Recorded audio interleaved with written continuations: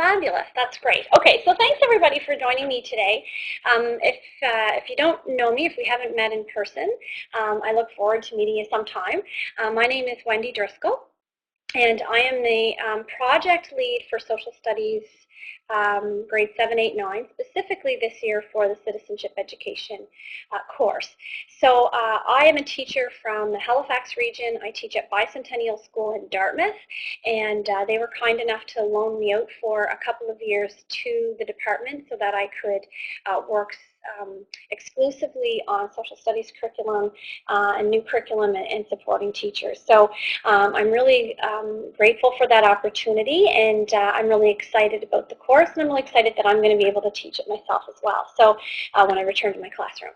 So the way that today's webinar is going to go, I'll give you a little agenda, and we're going to do a little bit of introduction. I did that. I can see that there's a few people there, and I don't know everybody. So as a way of doing an introduction for you and for each other, I have a little quick survey. So up in the, I'm going to click up here. I'm going to start this little survey. It should come up on your screen, and you can answer these questions. There's 3 questions. And this will give everybody an idea of kind of who's out there today.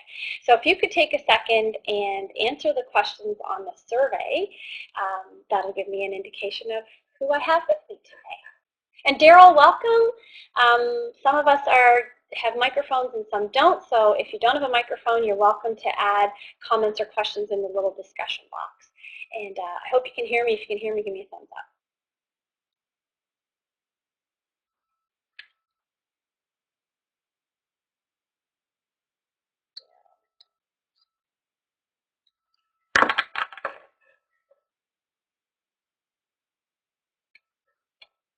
So we're answering these little questions here.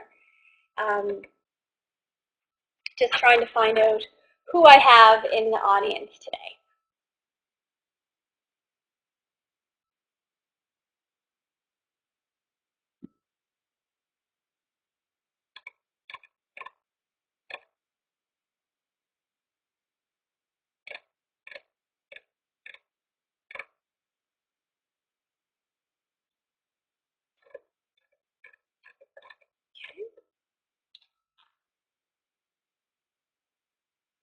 Okay, so I'll give you another second there to finish the survey.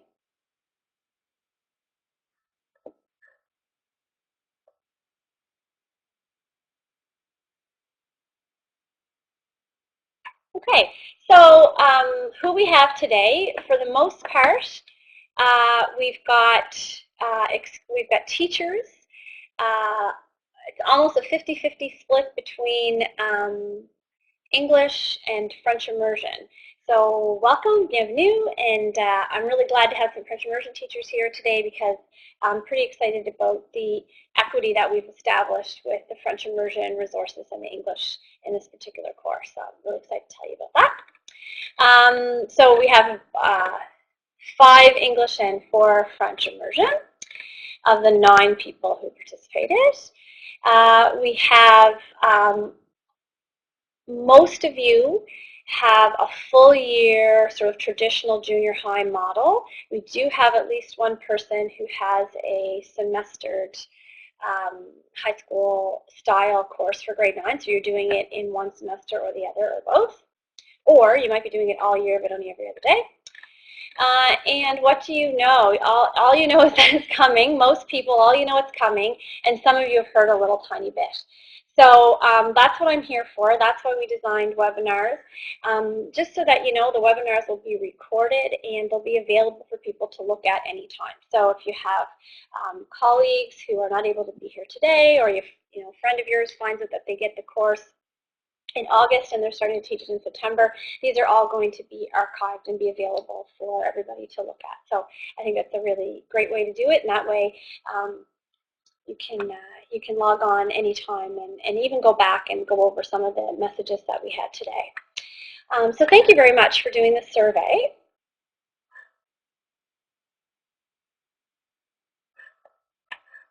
And I'll just go back to my presentation. So So we've got a little bit of brief introduction of who's here. So everybody here is expected to be teaching this course in September, so it's great to know. And so I'll tailor my comments towards that. I'm going to tell you a little bit about how the course was designed. We're not going to spend a huge amount of time on that. I just want you to kind of know how we arrived, what we did. I'll go through the outcomes and indicators. The outcomes and indicators are downloadable from this presentation. I'll tell you how to do that. And then I'll tell you a little bit about other opportunities for professional learning if you haven't already heard about them yet. And we'll leave some time for questions. So I'm just going to set my timer so that I don't go over, hopefully.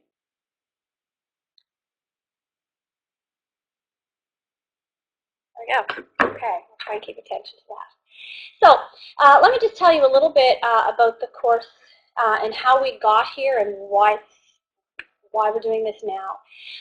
So a couple of years ago in the action plan for education, there was an instruction to create a mandatory course in 21st century citizenship. And within that course, the topics would include civics, Canadian government, citizenship, personal financial management, volunteerism, media, digital literacy, and service learning. So it was quite a grocery list there of things that they wanted in the course. Armed with that direction, the department had brought in groups of people who might have had some stake in that particular this particular topic. They brought in people from some teachers. They brought in people from university. They brought in people from like elections organizations like Student Vote, Elections Canada, those kinds of folks who might have a vested interest in citizenship type education. And so those people looked at what would a citizenship course look like.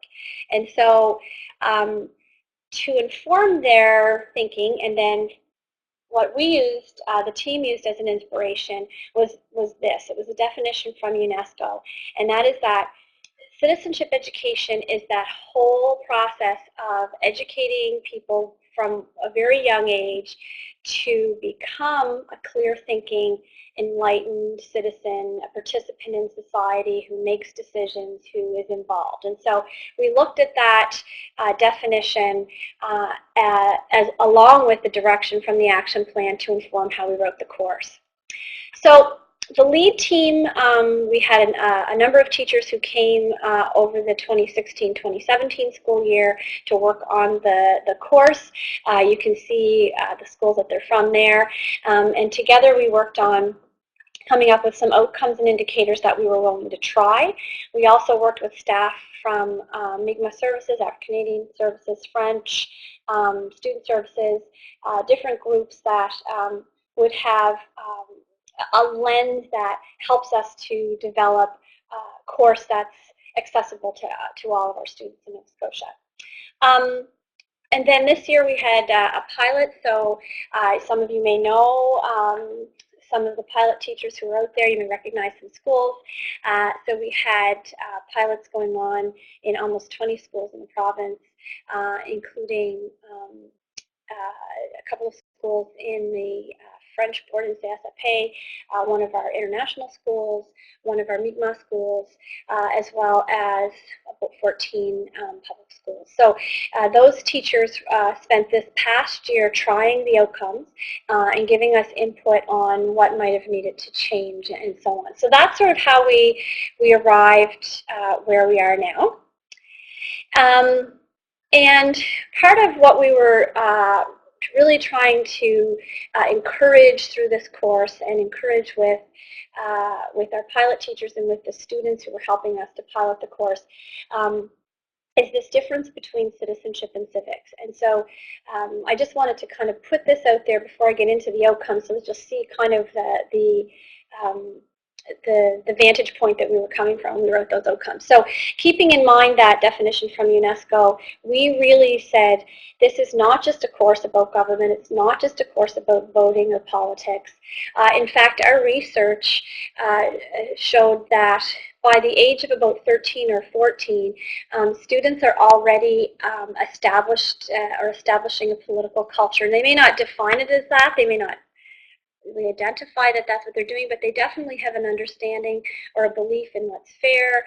They have things that they're passionate about. They know what they feel is just or unjust, and so we're looking at capitalizing on that interest at that age so that we can help them to be prepared to be ongoing engaged citizens, but also to recognize that they're valuable now, even at age 14. So citizenship is that preparation of all the skills that you need, and civics talks about the rights and duties of and responsibilities of a citizen. And so civics is part of citizenship, but this is not a course that is about citizenship or about civics all by itself. It's a much broader course, which I think you're going to see from the outcomes. So before I go into the outcomes, I'm going to pause here for questions, and I just want to know if you have any questions just starting off. You can type them out.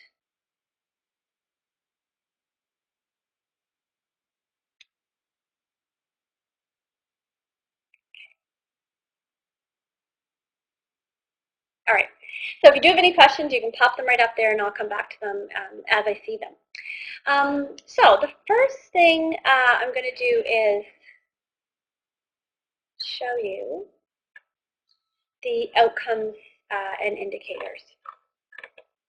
So I hope you can see these. I'm going to make myself smaller. Okay. Now you can download these. There's two ways to download them. There's a little download button that's down along the bottom toolbar. So you can press the down arrow to download it, or you can open up the page that brought you to this room, so you can go back into your browser and go to the actual site for VIA, and you'll see there that I've put some certain parts of the handouts that you can download. So that's the other place you can look for them. So I want to start by talking about this first outcome, and this is it's called Engaged Citizenship, and it is a service learning piece.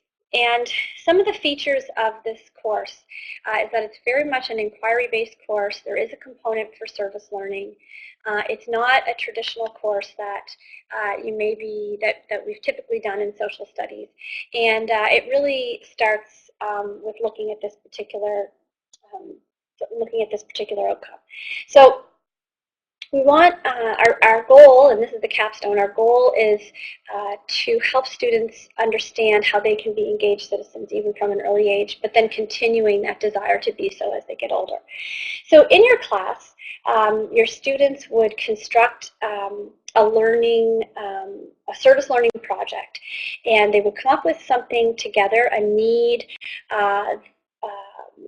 something that was necessary in their school or their community, and they would come up with a plan to see if they could address that need as a collective. So if you're familiar with service learning in general, service learning is meeting learning outcomes through doing a project. Often it's involved in the community, but this doesn't necessarily have to be in the community. But the difference between some kinds of service learning projects are individual. This is a collective. So the idea would be, as the students developed skills throughout the school year or throughout the semester, that they would be able to use those skills to come together, address a need in their school or community, and do something to work towards that. We positioned this as the first outcome in the list, not because we would expect you to do it first, although that's entirely up to you. But the idea was that I didn't want to put it at the end so that you missed it. We put it at the front as outcome number one so that you knew from the get-go, and kind of keeping in mind as the school year went on or the semester went on, that this is something that we can always be coming back to. We can be working on it as we learn some of the other things. They would implement their service learning project, and then they would take some time and reflect on what they learned about citizenship skills, or what they learned about themselves as citizens through that project. So whether the project achieves the goal of fixing that need or not is less important than the process to get there. So, for example, if your school was situated next to a park and the students found that every time they went out there to play soccer, there was, dog do, and so they wanted to make that a park where you couldn't have dogs, or you had to have your dogs in a certain section or something like that. What they might do is they might find out, well, who owns the property? Is it a municipal property? Who do we ask about that law? Is there already a bylaw? They might do a public service campaign, make some commercials to talk about picking up after your dog. So they might turn it into an educational campaign. In the end, they may not change the rule for that piece of property, but what have they learned on the way? They've learned about communication, they've learned about working together, they've learned about getting your message out in the community, those kinds of skills. So that's just kind of an example of what it could be. So it doesn't have to be that you build something physical, although you could, and it doesn't have to be just within your school. It could be in the community, or it could be something within your school. So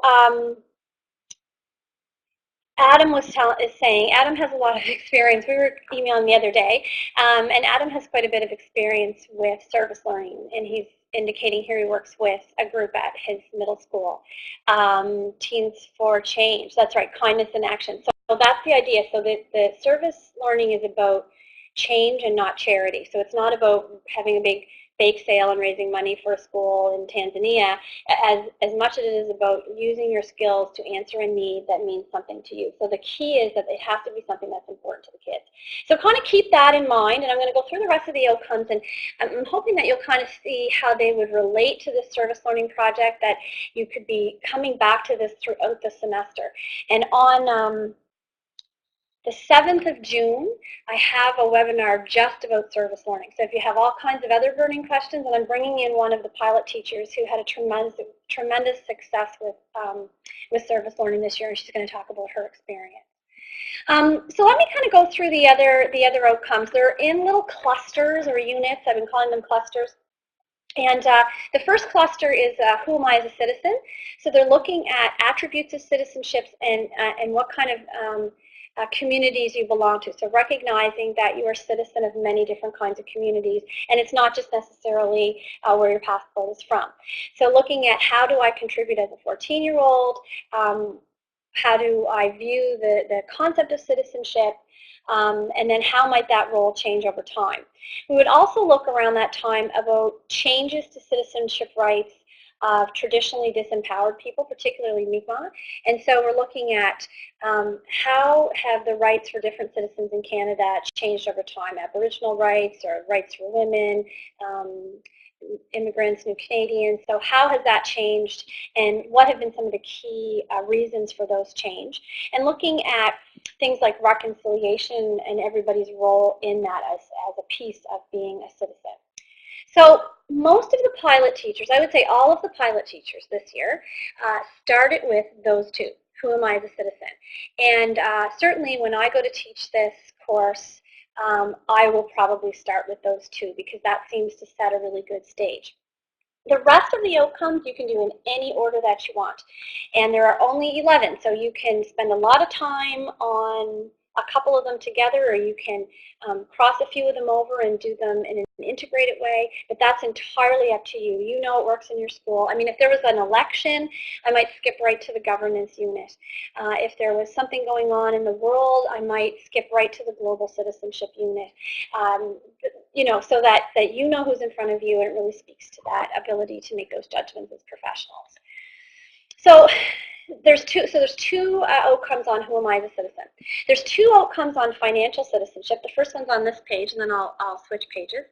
And so in this one, we're looking at the notion of financial capability. So comparing economic decisions that are made that are bigger than me. So government decisions, or decisions that are made in my community, things about tax, how does government spend its money, whose priorities get a little bit more attention financially than others?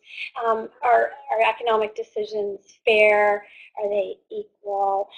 Those kinds of questions. So those are sort of from the government level, so the impact that government financial decisions or larger financial decisions have on groups of people or on individual citizens. And the one that goes with that is a little bit more personal, and this is on really personal financial management or personal financial capability. So how am I a financial citizen? What are the things that I do in terms of goal setting? What are the things that I do in terms of the choices of how I spend my money, or whether I stay in my small community or I move away after high school? What are some of the factors that play into that? How is it that some folks have more obstacles to financial capability than other people? So in that financial cluster, we've got sort of the broad one and then the personal one. So that's what that one's about. Similarly, in digital citizenship, there is a broad one and a more personal one. So the broad one is really about taking a look at current issues and looking at how different kinds of media, and I don't just mean mainstream media, but social media, even things like music or art or photography, what are some of the influences of media in how we react to current issues or how we don't react to current issues. So who gets media attention? Why are some issues more interesting than others to media or social media? And then how does that affect the choices I make as a citizen, learning about these things through different kinds of media or seeing these things portrayed in visuals or in music or in social media.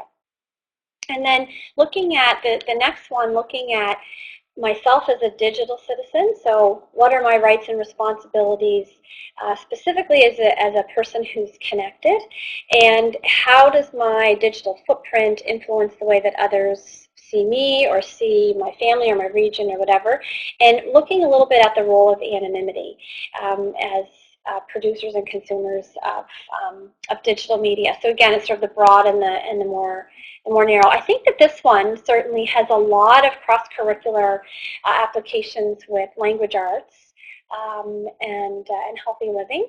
So I would encourage you to reach out to other people in your building when you're doing this to see if there's a way that you can cooperate with some integrated things, or if you happen to be teaching, say, ELA and social studies to the same class, this is a really great place to do some of that integrated work. So yeah, you can see how those could be done almost any time of the year. So if you wanted to start with something because you were doing it in ELA, you could definitely move around at your will. The next cluster of outcomes is on governance, and governance is is sort of the part of the citizenship education course that we really would have expected in a more traditional civics course. So this is really where you're learning about government and how to get involved in the kinds of decisions that they're made. So we've broken that into actually 3 outcomes. So the first one is taking a look at how issues get valued. So who gets to decide what gets the stage in government? What can we learn about political parties by looking at their platforms, for example? What are the things that they value? How could something I value also be something that could be valued by the public, and those kinds of things. So kind of setting that up as there's lots of things in society that we talk about. What are the things we talk about? What are the things that people care about? And then what is the role of government in fostering a way to cooperate all those things together in society. So that was the first one. The second one on government is really that whole structural piece. So how does government in Canada work? How does it compare to other kinds of governments? If you look at the different levels or of government in Canada. There's federal, provincial, territorial, Indigenous, municipal. How are they similar? How are they different? How do people make decisions in those different kinds of governments? What are they responsible for? How come when you go to vote for a federal election, Justin Trudeau's name is not on your ballot unless you live in Montreal? Who do you call if your street's not plowed? You don't call the Prime Minister. So who's responsible for what, and how did that structural piece go? And we've seen that in a lot of social studies courses over the years, and this is where this is going to live now. And that's really a great place to do all kinds of different kinds of simulation, and this would be awesome during an election year to be able to use that as an example. I should teach that as students investigate that. And then the third outcome that's in governance is on how do I meaningfully engage as a citizen. So what are the ways that people get involved in advocating for the things that are important to them and in bringing to the forefront their issues? What's the role of protest in that? Why do some people resist? How is access to democracy perhaps not equal right across the board in Canada? So taking a look at how people can get involved in government. One of the things that we were talking about with the pilot teachers is these three, and being able to do something like say a model parliament or a mock election or something like that. You could probably meet all three outcomes in one big, class project or activity. So I know that one of the pilot teachers, for example, she had her students working on, they were in different groups, and each group was forming a colony or a province of a nation, and they had to decide what kind of government, what were their industries. They were looking at finances. They were looking at different models of government. Were they going to be a democracy, and so on? And so she ended up meeting all of these outcomes with her students by doing that one project. So this would be a really good place for something like that. And the final one is on global citizenship. And someone asked me, how come there's just one? It's so big. And that's the reason that there's one outcome, is because it's so huge. And it's looking at action and inaction as 21st century global citizens. So going back to that question of why should I care? What does this have to do with me if it's happening someplace in the world or it's happening right down the street? What are some key global issues in the world, and what are the consequences of acting or not acting with regard to those global issues? And how does Canada respond to some of the selected global issues? So this is really something where either if a class was really jazzed about something, or there's something happening in the news, or the teacher brought forward a couple of global issues that maybe the students wanted to explore. I know one class, each student researched a different global issue. I know another class, they really sunk their teeth into human rights, and the students were all over that, and they combined it with the ELA in that particular instance. So that's entirely up to you and to your students, which issues you would choose to examine. But coming back to that, evaluating the consequences of acting or not acting. What are the intended and unintended consequences of those actions? So that's kind of, there's your overview. I will say before I pause for questions, one of the things that people are noticing about this style of outcomes and indicators is that we have not been super specific with content. So for example, they're going to examine party values by looking at political party platforms. We haven't named the political parties, you'll see, for example. We've said, electoral processes, but we haven't used the terms like first past the post. We've talked about, the rights and responsibilities of citizens, but we haven't, listed them. And the reason that we've done that is because we want to keep the course as current as we can all the time. So as soon as you start to identify examples in the curriculum document, then you're starting to date yourself. What happens if we change the electoral system in Canada, for example, or what happens if there's a different political party? So we're leaving that up to you as professionals. It gives you a tremendous amount of freedom to say, these are the kids who are in front of me. You know your classes more than anybody. What are the things that they are going to most respond to? You know, where I teach in Dartmouth might be totally different than where my colleague might teach, you know, in Guysborough. So we're trying to give you that opportunity to respond to the students and the situation year to year, and to give you that opportunity to use your professional judgment. So I'm going to stop there for a second, and I'm just going to pause for questions, because I think maybe you might have some, and then I will just watch my time, and then I'll go on to the next little piece.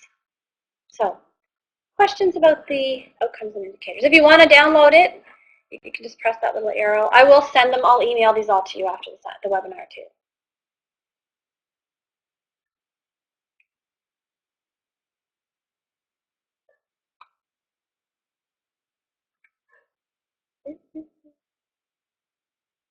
Questions?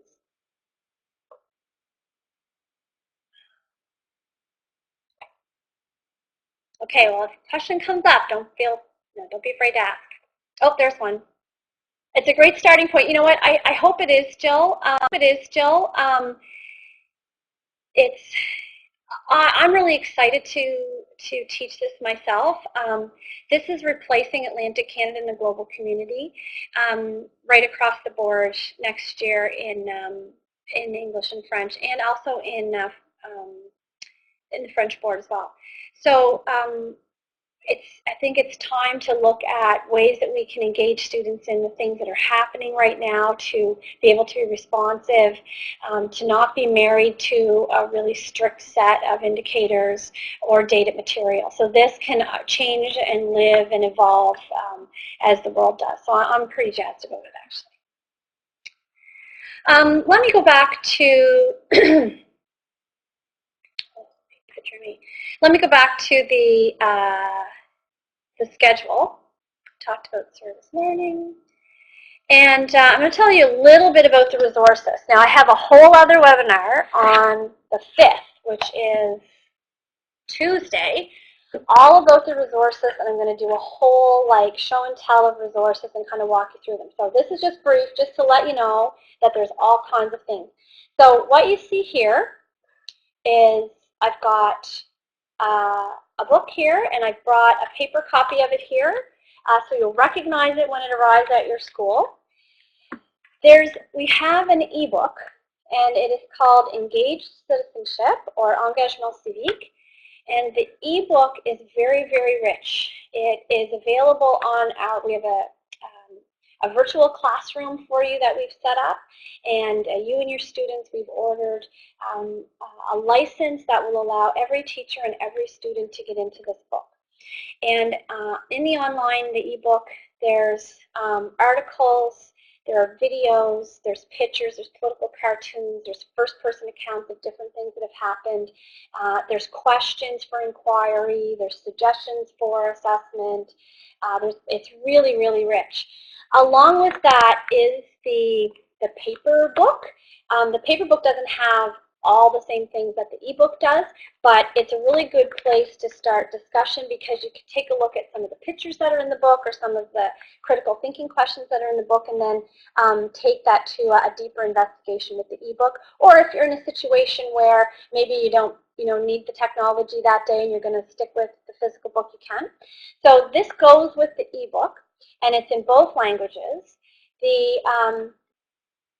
The English existed already from another province, and the French ebook did not, so we commissioned the publisher to make a French ebook from scratch just for Nova Scotia. And in that process, it's not a translation of the English, so that's really exciting. It's actually created from French resources, from French educators, and then as they created that, they sent it to us, and our French consultant and our French French immersion, pilot teachers looked at those and determined, gave them feedback on like the language level for second language learners, looking at, is this going to work with Français Intégré, those kinds of things that are really, really important to our French second language teachers. So you will have both. The English will be available first because the French is still under construction, but by the time the school year starts, you'll have access to this ebook in both languages, and depending on what you teach, you're going to get a number of these books to keep in your classroom in either English or French. The books are not, the physical books like this are not meant to be a one-to-one kind of book, so we wouldn't be sending you one for every student that you send out and they bring home and bring back and forth. You'll get about 20 to keep in your classroom for the times where you're not using the ebook or for sort of a quick reference or things like that. So you will get some of those. They came in, they were at the Book Bureau has the directions, and they're sort of in the process of boxing those up and sending those out to you. So that's the main resource, and I'll talk a little bit more in depth. I'll show you the ebook more in depth on Tuesday. Just showing you some of these other resources. We've got some resources. We've got some subscriptions to French language magazines. We're sending everybody a copy of this book called The Complete Guide to Service Learning, which just will help you with some ideas for service learning projects. We've been working with Elections Canada. They just developed a whole suite of brand new resources that our pilot teachers actually tested for them. And you can see some of the other resources. So a lot of these folks we've partnered with or we've purchased resources for you. And so some of these things you'll see up here, there's some French resources, there's an English resource down here. Some of those are just going to come to you in a box probably in August as little classroom libraries, so reference material to use in your classroom. So the electronic pieces, we've got, like I mentioned, we've got a virtual classroom, and on there we actually built some activities specific to the course that we're offering in Nova Scotia, so specific to the actual outcomes of Citizenship 9. So those are just sort of like a snapshot of the resources, and I also wanted to show you this before we go. I also wanted, obviously you guys have gotten the information that we have free and voluntary webinars. We are recording them, and we're keeping those for teachers to look at any time that they want. The teachers who piloted the course are putting together little vignettes, little films of their testimonials, their firsthand experiences, looking at some of the outcomes, and their students are helping them out with that. So we're going to have this little series of little vignettes or little commercials that will give you some firsthand experience. And each of you is able to take a day where we will pay for your substitute to do a self-directed professional learning day. So it could be that everybody in your school is going to get together, all the citizenship teachers in your school are going to get together and spend the day. Maybe I do a Google Hangout with you in the afternoon, or maybe you're going to invite one of the pilot teachers to come visit you, or maybe you're going to, I could come down and work with a little group. You could go visit a pilot teacher yourself. There's really your imagination and your principal's approval is the limit. Everybody gets one day. You can take it in May, June, or September, and there's a registration process just so that I know who's already taken a sub day and who to pay the sub for. You book the subs yourself at your school site, but we'll pay the bill. So those, some people, I recognize a few names on the list, have already signed up to do that, and if you need more information on that, you can email me directly. And then I think I'm going to give a little webinar in the summer, probably during the technology camp, so that if people want to practice with some of the resources, they can come and do that as well. I'm also available for individual questions for things like Google Hangouts, phone calls, anything like that. That's how you get a hold of me. and I am more than happy to call, visit, email, send you stuff, anything at all that will help you to get started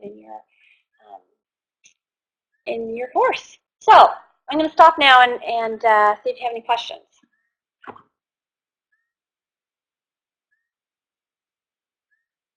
My alarm's going off, so I think that's just in time. So it's 4:14. I can stay for a few minutes, but let me know if you have any questions.